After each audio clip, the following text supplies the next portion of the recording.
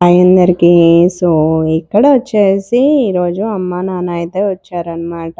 నిజం చెప్తున్నా చాలా రోజుల నుంచి రమ్మంటుంటే ఇయ్యాలొచ్చారు వాళ్ళైతే. సో, అమ్మకు గూడా పనులేం ప్రెజెంట్ లేవంట. అసలా మీరు నమ్మినా నమ్మకపోయినా ఇది అన్‌ఎక్స్‌పెక్టెడ్‌గా అనమాట. ఎందుకంటే మేము సామాను అసలు ఈరోజే యాక్చువల్లీ తీసుకురావాలనుకోలేదు. బట్ వాళ్ళు రావటం, సామాను తీసుకురావటం అన్నీ జరిగాయి. సో, అమ్మ గూడా కొంచెం నాకైతే హెల్ప్ చేస్తుంది సదురుకోవటంలో అయితే.